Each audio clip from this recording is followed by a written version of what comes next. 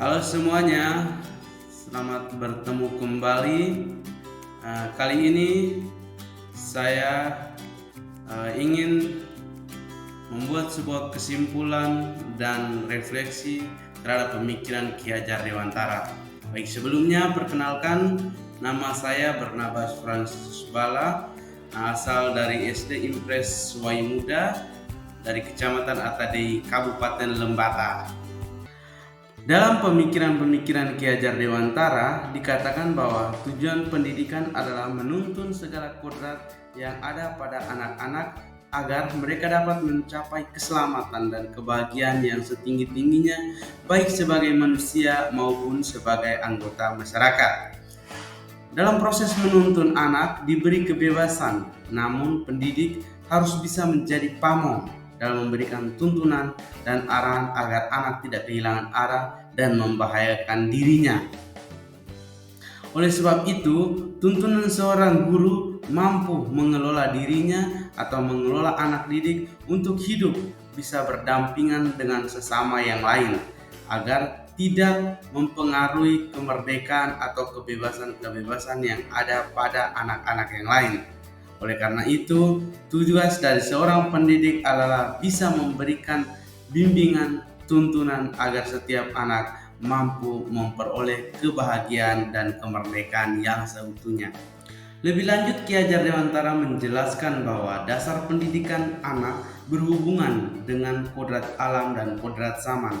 Kodrat alam berkaitan dengan sifat dan bentuk lingkungan di mana anak berada, sedangkan kodrat zaman berkaitan dengan isi dan irama. Ki Hajar Dewantara hendak mengingatkan pendidik bahwa pendidikan anak sejatinya menuntun anak mencapai kekuatan kodratnya sesuai dengan alam dan zamannya. Bila melihat dari kodrat zaman, pendidikan saat ini menekankan pada kemampuan anak untuk memiliki keterampilan abad ke-21. Sedangkan dalam memaknai kodrat alam, maka pendidik harus disesuaikan dengan konteks lokal sosial budaya murid setempat. Murid di Indonesia Barat tentu memiliki karakteristik yang berbeda dengan murid di Indonesia Tengah atau Indonesia Timur. Pendidikan yang memerdekakan menurut Ki Hajar Dewantara adalah suatu proses pendidikan yang meletakkan unsur kebebasan anak didik untuk mengatur dirinya sendiri, bertumbuh kembang menurut kodratnya secara lahiriah dan batiniah. Pendidikan harus berorientasi pada murid sehingga pendidikan harus berhamba atau melayani dengan sepenuh hati pada anak.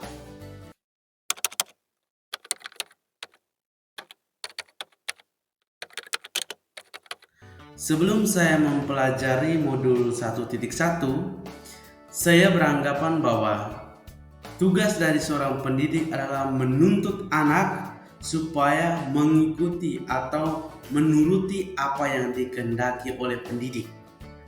Dan saya juga beranggapan bahwa tugas pokok dari seorang guru hanyalah mentransfer ilmu atau mentransfer materi-materi kepada murid, dan murid harus mengikuti apa yang disampaikan oleh guru.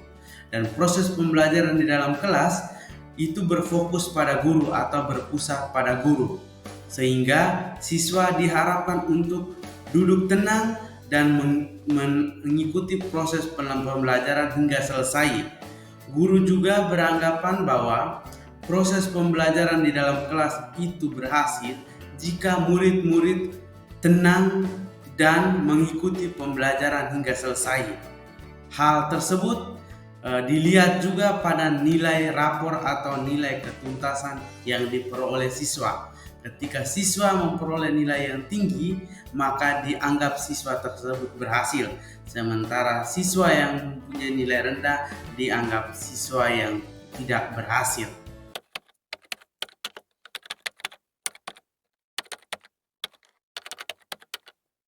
Setelah saya mempelajari modul 1.1 tentang refleksi filosofi pendidikan nasional yang intinya tentang pemikiran Ki Hajar Dewantara, saya menyadari bahwa proses pembelajaran di dalam kelas harus berpusat pada siswa, di mana siswa menjadi objek pembelajaran. Siswa diberi kebebasan untuk mengungkapkan pendapatnya, berekspresi, sesuai dengan apa yang diinginkannya. Dengan demikian, proses pembelajaran juga harus dilakukan dengan berbagai metode atau bervariatif agar proses pembelajaran di dalam kelas tidak jenuh atau tidak membosankan. Proses pembelajaran juga bisa dilakukan dengan menggunakan alat-alat bantu teknologi yang bisa memberikan sebuah pemahaman yang lebih kepada siswa. Siswa belajar dan merasa senang berada di dalam kelas dan mengikuti proses pembelajaran dengan suasana yang membahagiakan.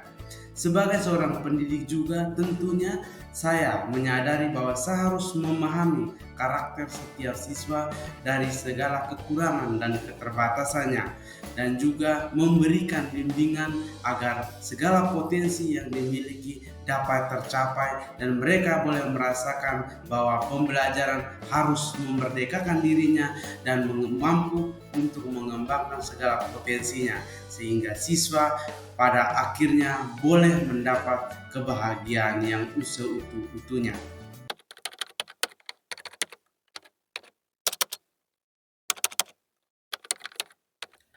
Hal yang dapat segera saya terapkan dalam pembelajaran di kelas diantaranya adalah merancang pembelajaran yang interaktif dan menyenangkan dengan melibatkan murid sesuai dengan metode student center atau berpusat pada siswa.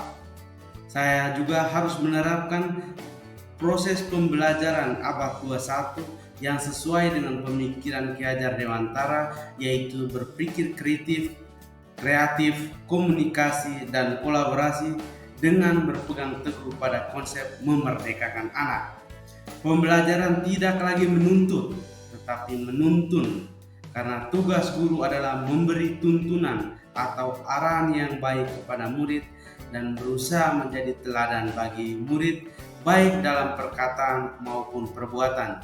Selanjutnya, saya harus mengenali juga karakter dan latar belakang murid dengan menjalin komunikasi yang baik.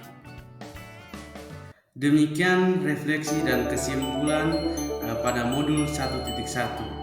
Sekian dan terima kasih. Sampai jumpa di lain kesempatan.